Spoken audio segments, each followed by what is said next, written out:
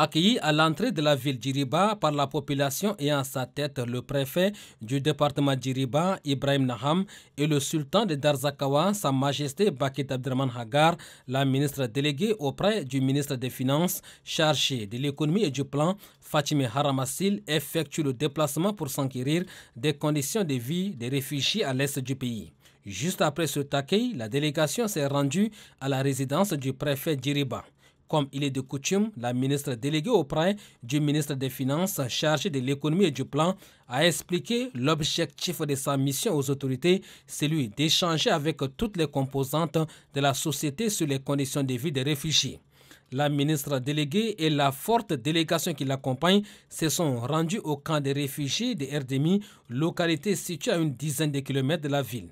Ici, elle a eu des explications sur le fonctionnement des structures éducatives, sanitaires et professionnelles. S'agissant de l'éducation, les responsables en charge de ce secteur évoquent des difficultés qu'ils éprouvent. Il s'agit du manque de tables-bancs et de matériel didactique.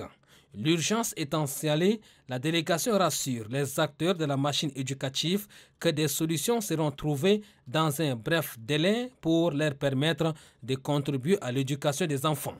La ministre déléguée auprès du ministre des Finances, chargée de l'économie et du plan, Fatime Haramassil, a aménagé son agenda pour jeter un regard sur les établissements sanitaires. Elle a visité le centre de santé de Erdemi et l'hôpital d'Iriba. Sur place, elle échange avec le personnel soignant pour être au parfum des indicateurs de la santé.